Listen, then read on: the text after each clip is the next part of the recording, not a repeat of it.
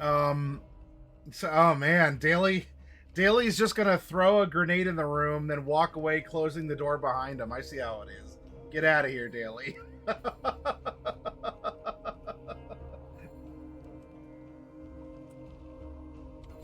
All right, so Demon Quiller, was that you that said, yeah, bye, Felicia?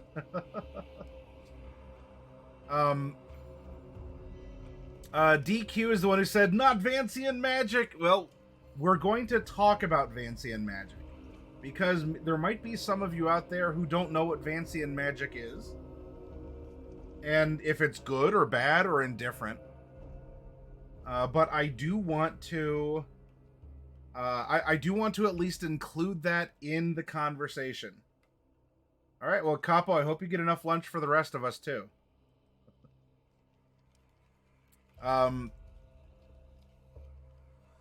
So I wanted to start with a broad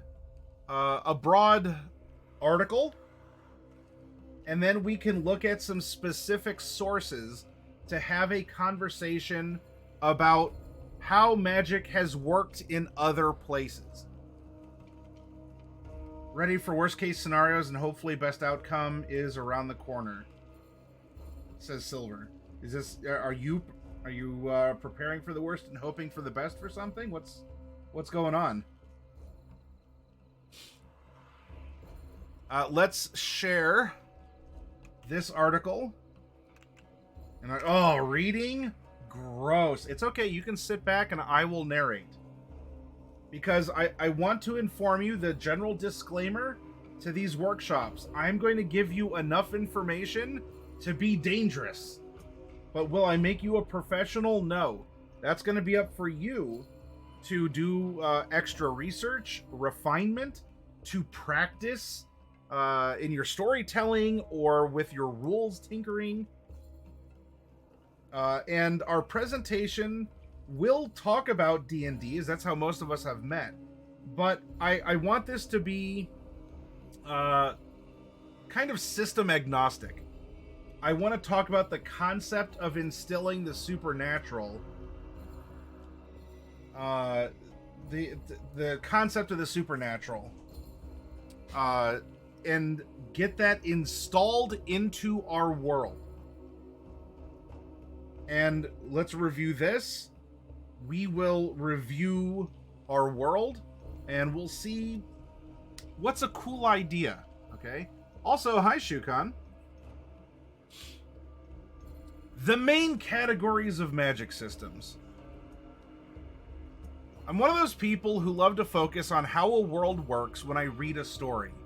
Because when done right, it really feels like this world exists and can be hiding inside an antique closet or down a rabbit hole.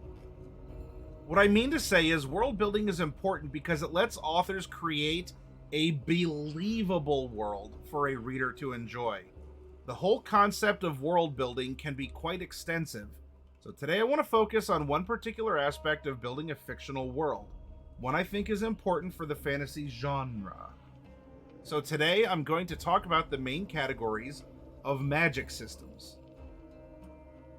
As a quick introduction, a magic system is a set of rules that guides what magic can or can't do in your world. It dictates what kind of magic exists in the world, their limitations, and who can use them. Author Brandon Sanderson has a very interesting take on this. He wrote what he calls the laws of magic. These dictate what the reader knows about magic in the story. It's basically how much detail goes into the magic portion of world building. The one that particularly interests me today is the first law. In it, he sees magic as a kind of spectrum. There's hard magic, soft magic, and the middle ground. We're going to get into that. I'm going to skip over the summary because we're actually going to touch on that more specifically. Let's talk about the categories. Although there are definitely way more types out there, I will talk about those that I think are the most common and give you an example. These aren't the same as hard magic or soft magic. They group magic by what permits the user to have magic, such as spells, the gods, those kind of things. Lastly, I want to say that there can be several magic systems in a single story. They often overlap and create their own system, which is what makes those books unique. So we have magic from the gods. It is something external, right? It is bestowed to you. In this category, what allows characters to use magic are the deities of that specific world. These abilities are usually given as a gift from the gods, and they allow magic users to control many kinds of magic. There's a book series. The author mentions Children of Blood and Bone. In this book, the Magi are divided into clans. Each clan is associated with a deity and an aspect of the natural world. So the Magi are connected to those deities and can control things like death, dreams, the elements, animals, light, health, time, etc. Magic from words. Of course, you know, in D&D you have verbal, somatic, and material components as things that can go into spells. I'm not going to go into every example because we're going to talk a lot, and I don't want to just read an article to you on stream. You can read the article yourself. Elemental magic, referencing Forest of Souls. Magic from rituals.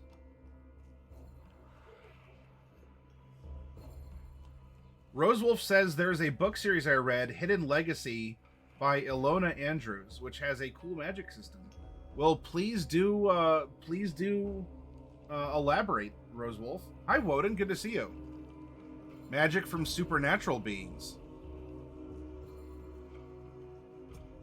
Of course, there are more, but this article has some nice pictures and is a very good introduction to the concepts that I want to discuss with you before we decide what might be best for the world that we are creating.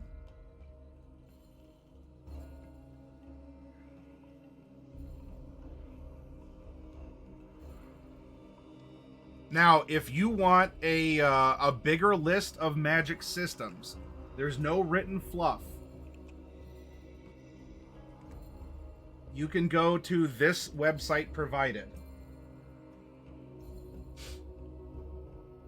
And this is going to give you a brief description of how the magic is used. For example, Avatar: The Last Airbender. The magic system... Uh-oh. Here we go. Hang on. We're getting music magic.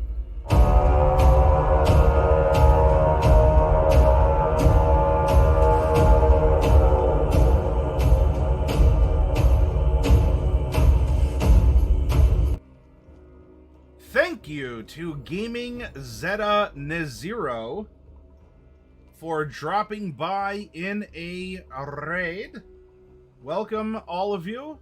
Thank you for joining us in the workshop. We're talking about magic systems in our world building workshop and the different kinds of magic systems that exist already, and which of those, or some sort of hybrid fusion or something new, to install into the world that we've been building in our workshop.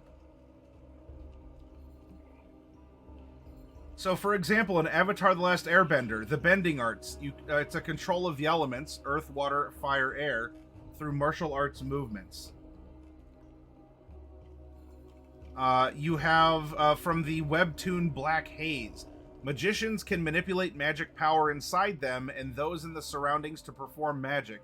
Real magicians are identified by a mark on their body, which indicates the fact they have finished awakening. They can then awaken by consuming magic power, which grants them unique abilities. Hi, Brandon. Good to see you. Here's D&D 4th edition. Several magic systems with different origins and characteristics.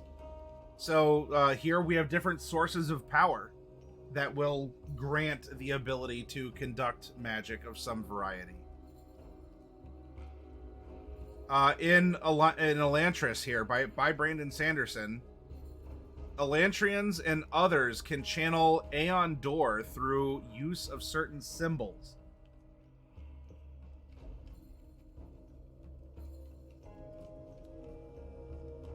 If any of you, if any of you read manga or watch anime, you have Fairy Tail, here's Familiar of Zero. Magic is an innate ability of humans and elves, and one of the driving forces of nature. Willpower is consumed when magic is chanted. Elven magic is called nature magic, which draws power from spirits or spirit power of the land. Rosewolf says the setting is our Earth, but with magic. All the countries in the world had been working together and sharing their research to try and find a cure for an illness, but by accident they created the Osiris Serum, which awakens dormant magic in people and brings magic into the world.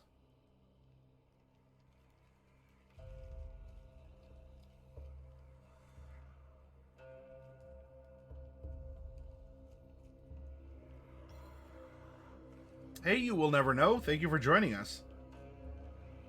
Full Metal Alchemist, through a sense of alchemy here, breaking down and reconstructing matter. Is the magic there?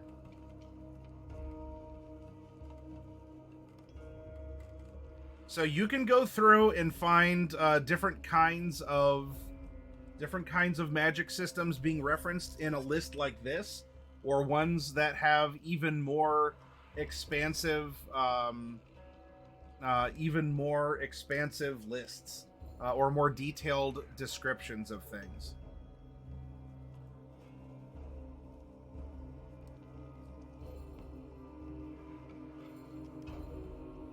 The Wheel of Time.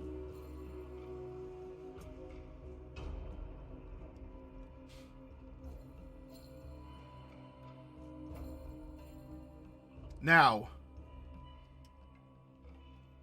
I know DQ is like, no, not Vancian magic. And a lot of you are already familiar with it, even if you're not familiar with it. Vancian magic is a specific subset of rule magic. Oh, by the way,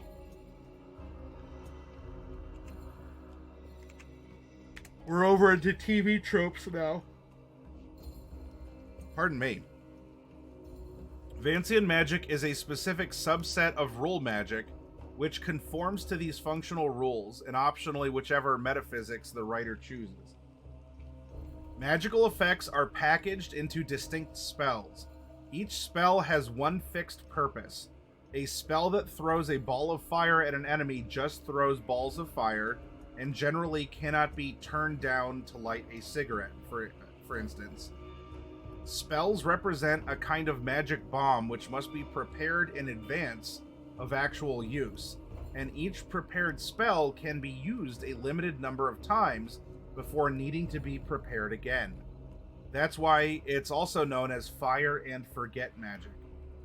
Magicians have a finite capacity of prepared spells, which is, the de facto measure of their skill and or power as magicians. A wizard using magic for combat is thus something like a living gun. He must be reloaded with spells beforehand and cannot run out of magical ammunition.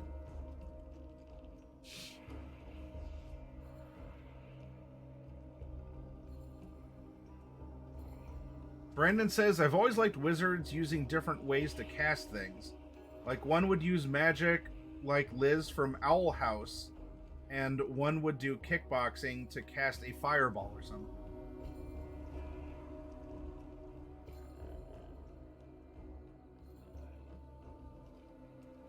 This tends to create the problem that the mage must somehow know, or at least predict, which spells will be most useful in the near future. If you're expecting combat, then you probably aren't going to prepare Talk with Animals spell that day, which may leave you up a creek if that's precisely what you need to do later. And if you use up all your spells too quickly, you may really be up a creek later. Naturally, this approach to magic is a lot more common in non-interactive media, where it's of course easy for the creators to match the character's spell selection when it's even explicitly shown to the later needs of the plot than it is to video games, which, while often inspired by Vancian magic, stretch its rules quite a bit, since demanding a lot of magic preparation in a game could easily become annoying and or create pacing issues. As such, most games that involve magic base its rules around the much simpler mana meter, or some mix of the two tropes. A frequently used fourth rule is a naming convention, possessives and variations thereof, ergo Fandal's Mantle of Stealth, in a series of spells that often the same or slightly varied, ergo Bigby's whatever hand, grasping, pushing, clenched. The name comes from the late Jack Vance, writer of exotic science fiction and fantasy. Vancian magic first appears in his Dying Earth. Gary Gygax and his collaborator Dave Arneson subsequently borrowed the basic ideas for the magic system of Trope Codifier Dungeons and Dragons. So if you're wondering, I've heard of Vancian magic, but what is it? And you say, wow, I've been using Vancian magic for the past X years? Yes. Pardon. The disapproving term is utility belt magic. You load it, then you have whatever number of buttons to press. Now, something that is, I'm not going to go over the whole list, but a way of functional magic, because Vancian magic that many of you are familiar with through Pathfinder or D&D, and there's other systems. Well, no, because it's with Sorcerer, with Cleric, while the power sources are different, the concept is the same. You have spell slots, and you cast through those slots. Now, the DMG does have some variations. If you want to create just a pool of points, and instead of slotting things, you can just create like an energy pool. And there's some other little takes on there as well. Magic turns out to be hereditary, which means the magic families, called houses, are always trying to make the strongest mages, called primes, through marriages. But there are so many different types of magic in the books. And so what that leads to political intrigue or fighting, is a source of conflict and even unification, Rosewolf.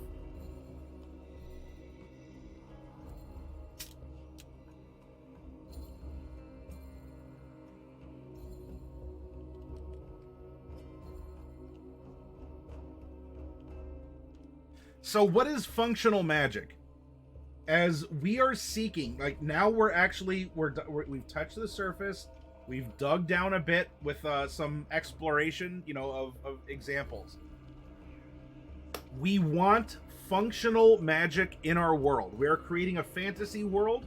We have already accepted that magic is going to be a part of it. Magic and mystery is a part of our history, along with the secrets of gummy berry juice. We just need to learn what the rules to make gummy berry juice is, everyone. Okay? So we've reached the core. We've reached the nut of the engine of magic.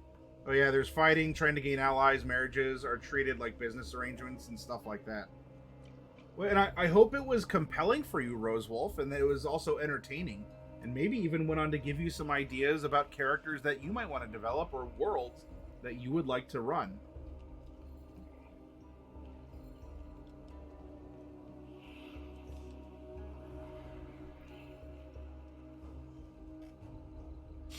So, magic that works. Maybe not exactly the way anyone wanted it to work, but it is not imaginary in the story, and you may rely on it to do something. This style of phlebotinum is sometimes subject to magi babble, its own flavor of technobabble. Depending on the story, it may leave the willing suspension of disbelief somewhat unstable. And already with this paragraph, you might be going, whoa, hold on, what in tarnation are you babbling on about? Magi babble? Techno babble? Yes. This is stuff that is going to ultimately be further exacerbated when we create our intelligent our intelligent life forms, and we go on to refine their culture and everything else. But setting this aside, the willing suspension of disbelief. It's an interesting situation where we want to play in a game we know is fantasy, but we really want to believe that we're there. We want to believe that we're make-believing. And it's a weird balance to try and strike, to create something that is believable, to keep people in the world, in the system, to keep them immersed. How many times have you heard, ironically or not, like, you're ruining my immersion. Immersion. Because there's a lot of things that we can accept. And then when things get perhaps a little too specific, a little bit too contrived, or the complete veil of mystery is opened before us to reveal everything, suddenly the magic is gone.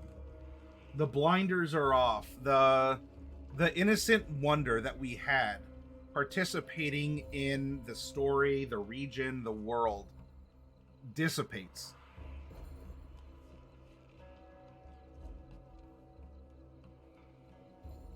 I haven't seen Owl House, so I have no idea how the magic is used, Artemis. And also, hi Kitty Bird the Shiny.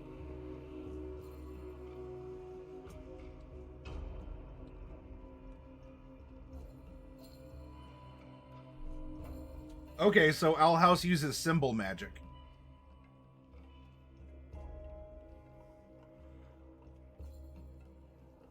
So when you draw a symbol and then touch it, and it casts the spell.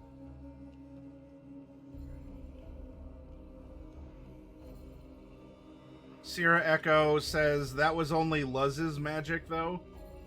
Real witch magic comes from the heart. I will just trust that you all know what you're talking about in this regard.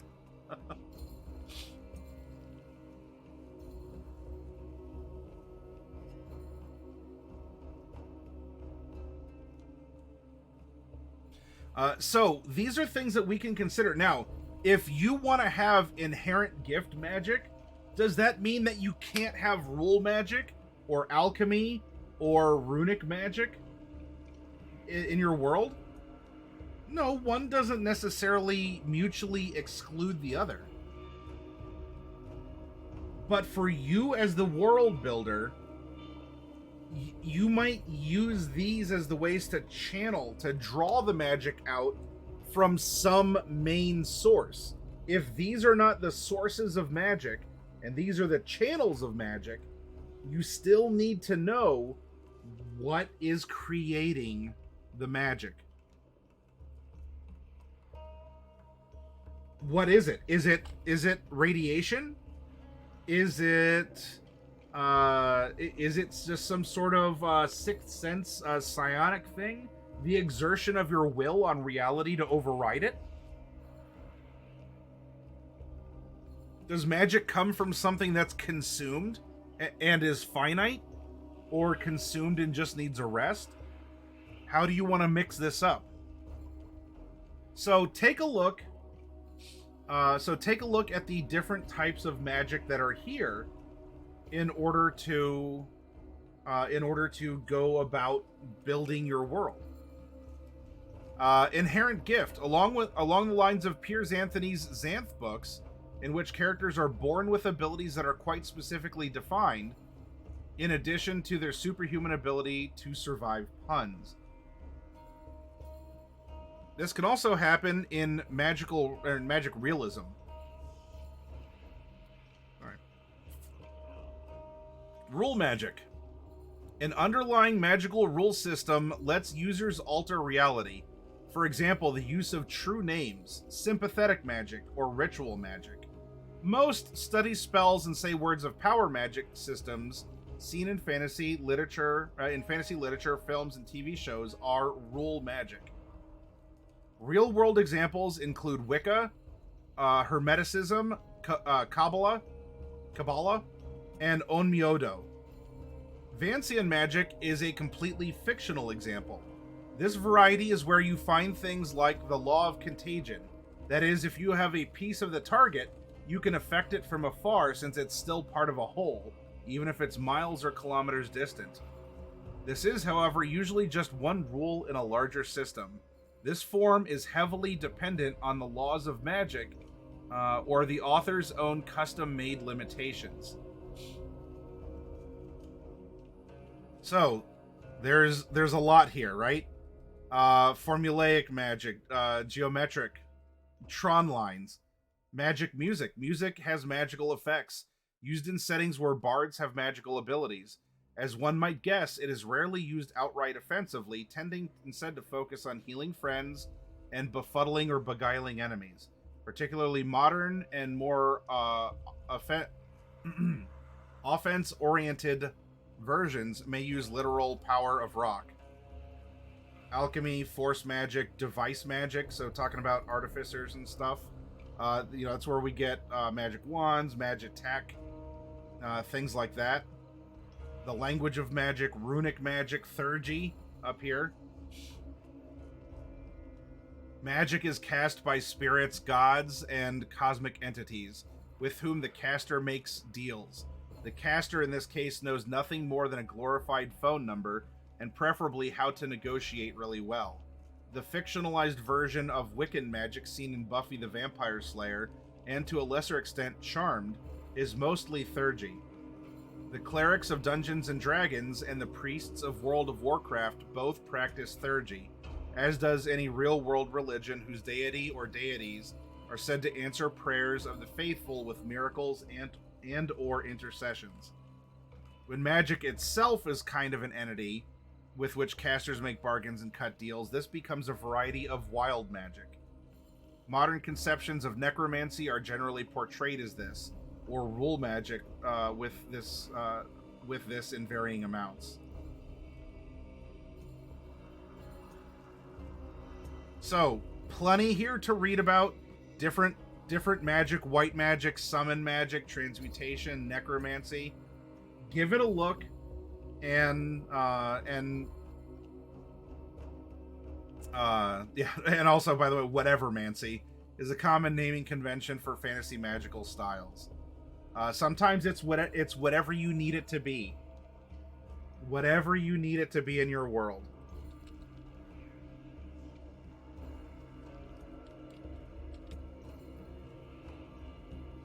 Magitech. Hi, Diadems. Magitech, as a name, if you've played a lot of Final Fantasy, Magitech in particular was featured in Final Fantasy VI, which was the US Super Nintendo release for Final Fantasy III. But as Brandon had pointed out in chat, it's tech plus magic. Which it might actually have some magic, or to the people who are observing it. I mean, how far back in time would you need to go to absolutely astonish and baffle people with this?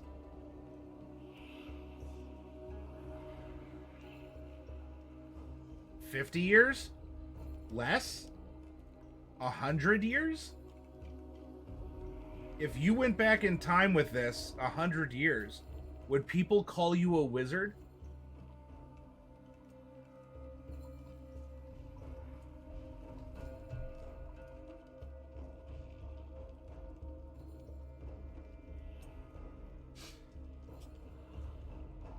And of course, there's other kinds of magic too. You'll find in the World of Darkness Mage series, even in Vampire. There's types of magic in that too. A phone doesn't have the same presence as magic stuff. I don't know, Brandon. I can talk to a rectangle and people's faces will show up and talk to me in real time. I bet I could even get them to answer up to 5 questions I ask of them by summoning them to my rectangle, to my magic device.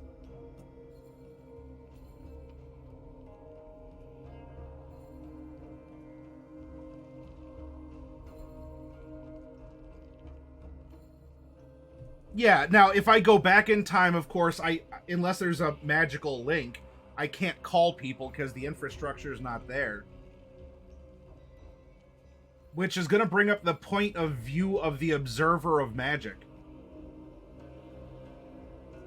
Yeah, you can have over 1,000 books stored on one phone. Yep. In in Mage, in the World of Darkness Mage terms, this is a correspondence wand. Okay? This is a correspondence wand.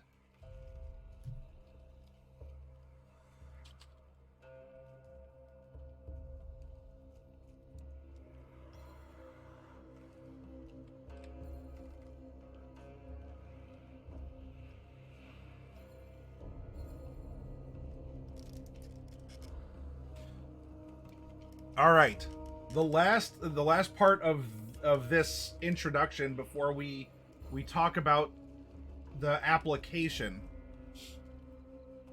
Some of you might have heard of someone named Brandon Sanderson.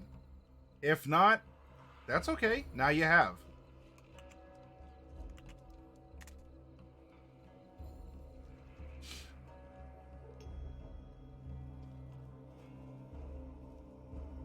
Brandon says, I like magic systems. That's probably evident to those of you who have read my work. A solid, interesting, and innovative system of magic in a book is something that really appeals to me.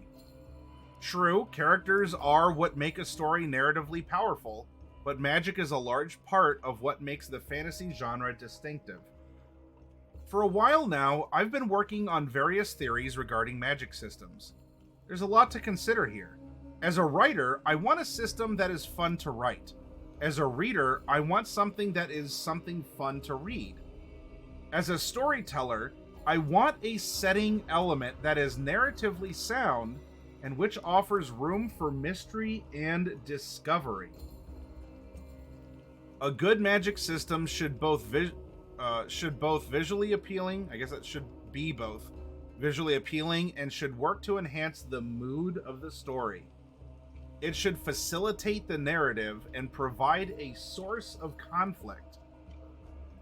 I'd like to approach the concept of magic in several different essays, each detailing one of the laws I've developed to explain what I think makes good magic systems. As always, these are just my thoughts. Though I call them laws, they're nothing more than simple guidelines that have worked for me.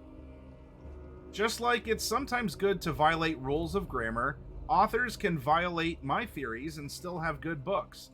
However, I do think that by following these, you can work to develop more potent and memorable magic in your books. The law. Sanderson's first law of magics. An author's ability to solve conflict with magic is directly proportional to how well the reader understands said magic.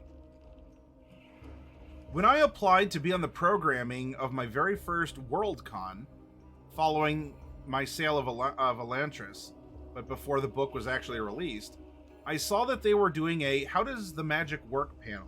I eagerly indicated that I'd very much like to be a part of it, and to my delight, the committee put me on it.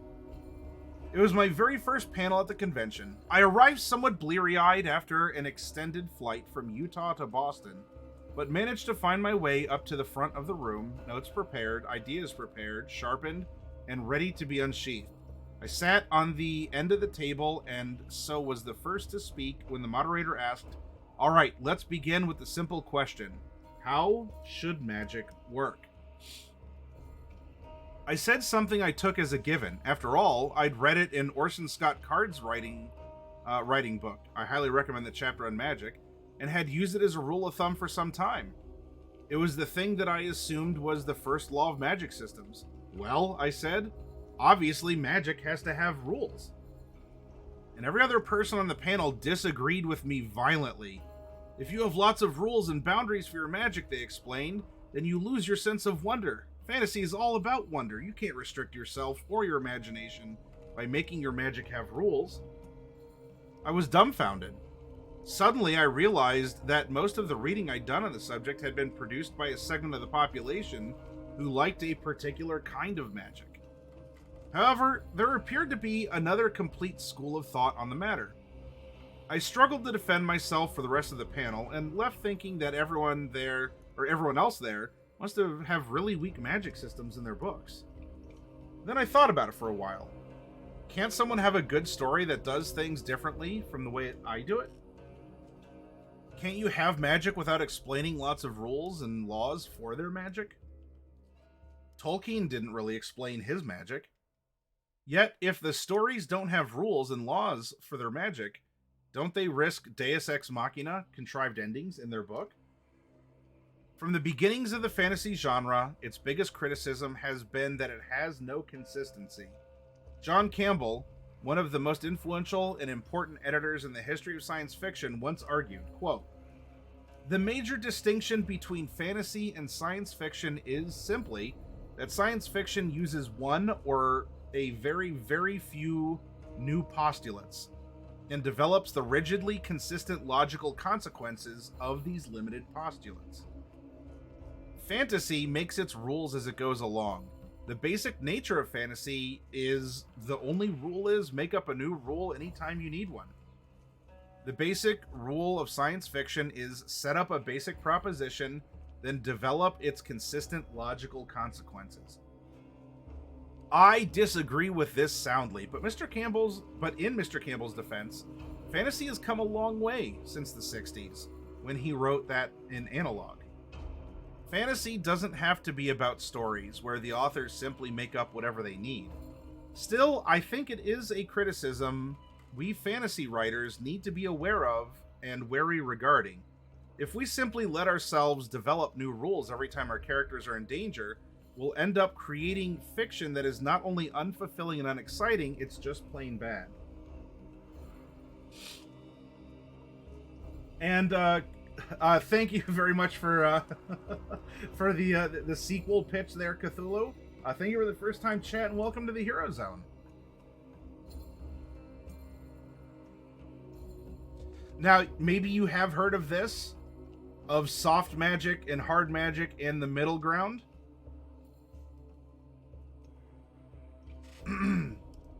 I will let you read this part for yourselves. All right? Soft magic, not a lot of rules, or at least rules that are explained to us as the witnesses of the story. Hard magic, however, this is, we know how things work. It's figured out. It is a math problem that you can solve. It is something that has been researched. It is something that, until something else proves it otherwise, we know it is consistently this way. And you can try and find somewhere, somewhere in between, in the middle ground. Now, I would recommend... Uh-oh. Hold on, we got another raid coming in. Ready? Bang it out.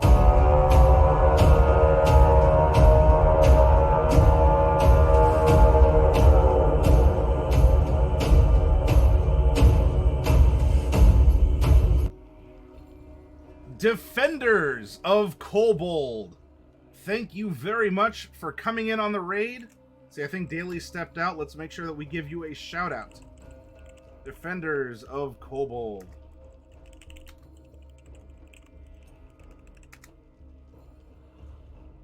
Did I do it?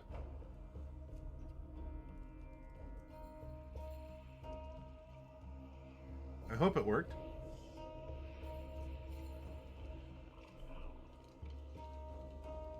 Thank you very much for coming in. Now, Defenders of Kobold, what were you up to tonight? What was going on in your corner of Twitch here?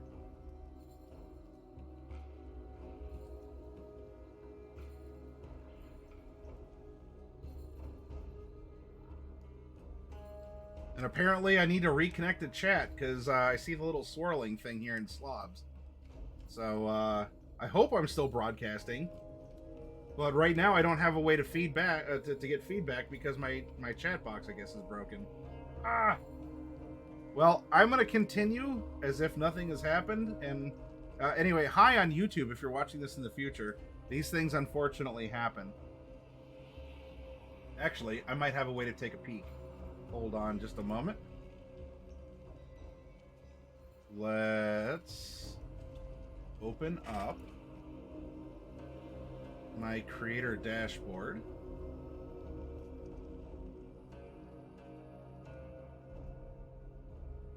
Okay, well, I can see myself in Twitch. It's just Streamlabs is refusing to reconnect to chat. All right, well, I'll keep this up here. So we had incoming kobolds. Defender of Kobold says, "Yo, Wizard Brandon with raid to the battlements." Oh yes, Alien RPG. I was able to sit in on. I was able to sit in for a little bit of one of their sessions there. All right, so yeah, I got the welcome to the chat room. So, am I still live? Hello? It seems like I am. I can see the thing swirling on screen. So, hello? Let's see if that shows up. Hey, alright, well, it seems like it's working. Yeah, you can hear me. Okay, well. Yeah, alright, so I'm still here. Hello, hi, welcome, thank you, Raiders. I don't think the commands would have worked then. Shout out Defenders of Kobold. Okay, that worked. Shout out Defenders of Kobold. But yeah, so you're welcome to share what was going on in Alien RPG. I'll be running a 3-part adventure.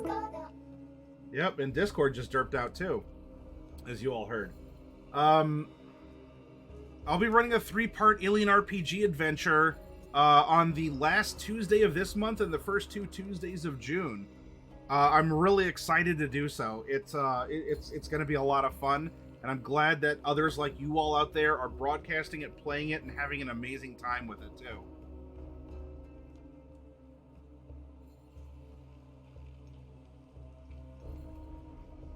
All right, it looks like I'm reconnected back in Slobs and everything else. So, all right.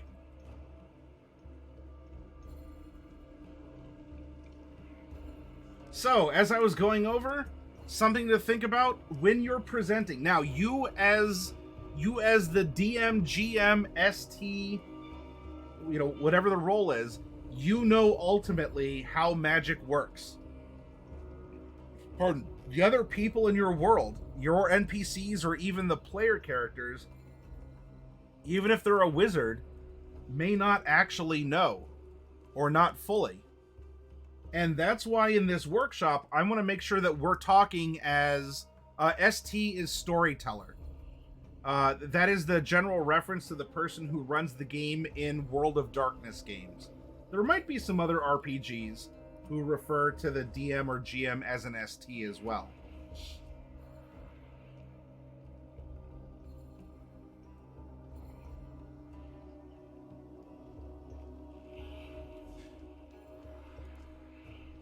And so how much of the function do you want to reveal?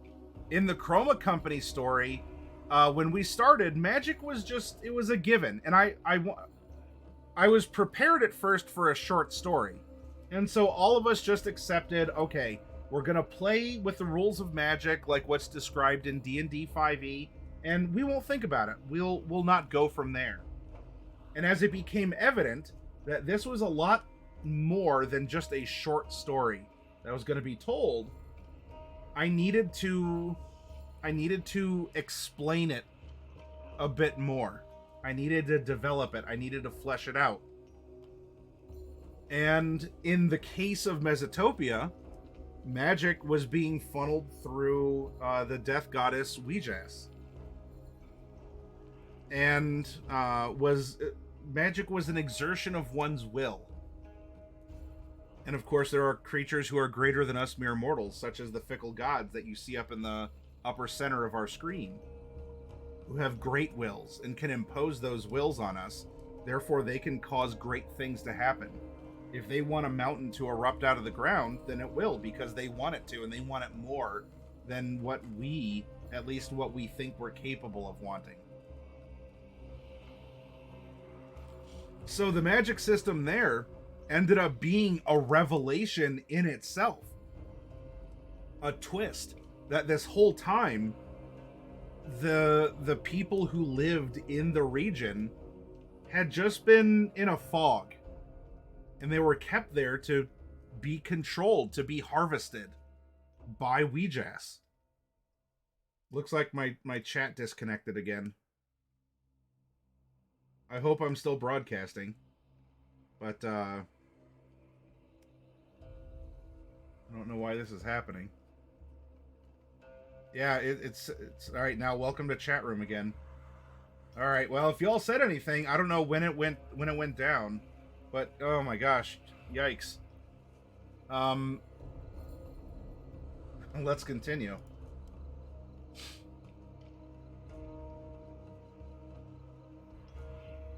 So that was the big reveal, was the nature of magic in this region of it's called Mesotopia, in this corner.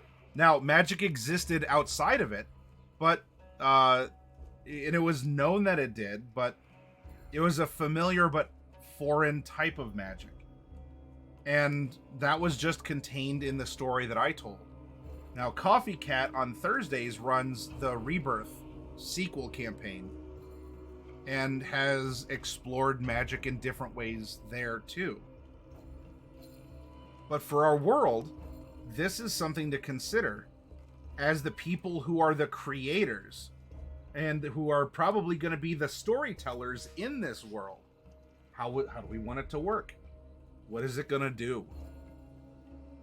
Is it a soft magic system where things just kind of happen? And it always is what it needs to be?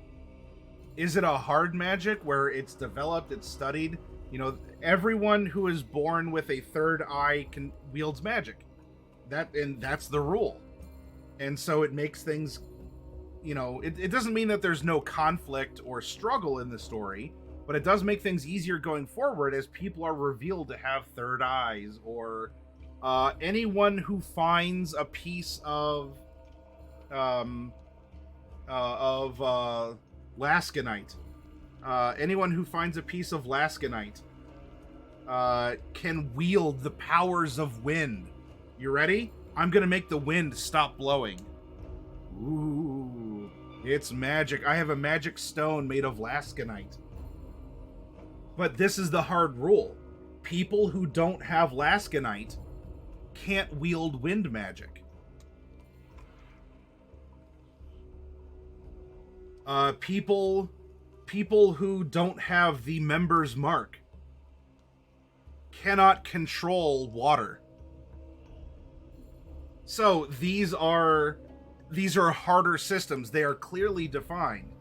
Now, there could be exceptions to the rule, because in life there are, you know, that's how things have come to be. There's an exception and it flourishes.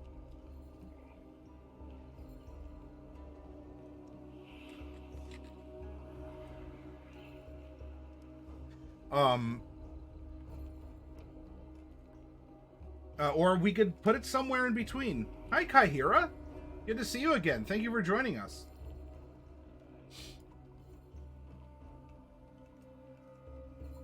So, something to consider. That is the fullness of what I wanted to put out there as the consideration, as laying the grounds for the magic, right? It's our primer. It's getting us thinking. It's getting us thinking about different stories, getting us to maybe look beyond the surface level of, well, I just accept that the D&D magic works, and I don't need to know anything more than, hey, how many spell slots do I have? And that's fine. As someone who wants to enjoy a story, being told to them by being a part of it as a character, or as the storyteller, as the DM, the GM, the ST. Sometimes that's all you need. That is the suspension of disbelief. You don't really care how it happens, you just know that it does, and this is how it manifests. And if everyone's happy, then everyone's happy on either side of the screen or either side of the page in the book. What I'm going to do, everyone, I'm going to get up. I'm going to go walk around a little bit here. I might refresh myself as I have consumed another drink. And when I come back, I want to have one more conversation with you all about magic, right? About our planet and how we want magic to be a part of things. We have to talk as creators, as peer to peer, as creator to creator. How do we want the magic to come about in our world? To instill itself in the plants and animals, to manifest as a rock or as something tangible, or to be an imposed will of an outsider upon this place burgeoning with life. And so that'll be another fun conversation. I also have paint loaded up, and we can have some fun with this too. So give me about 5 minutes, everyone. I'm gonna get up and walk around. And when we come back, we're going to have our part 2. And I want to work with you all with the elements that we've pulled so far in order to talk, looking behind the curtain, creator to creator, how we want magic to, what the source of the magic is, and how it can perhaps be wrought or manipulated or imposed on the world that exists. Silver Pirate says, I have an old hard magic that was researched in my world. I think it was an old Wild West campaign or something similar, where people are testing on to see if they have magical abilities, then take them away. Yep, so it would be hard magic if there is a set of rules, a set of boundaries, a set of things that are known and will operate consistently for that. Because that can also be used to create tension as well, and an opportunity and such. But anyway, give me about 5 minutes, everyone, and when I come back, let's populate our world with magic and talk about its source and its interpretations. I'll be back soon.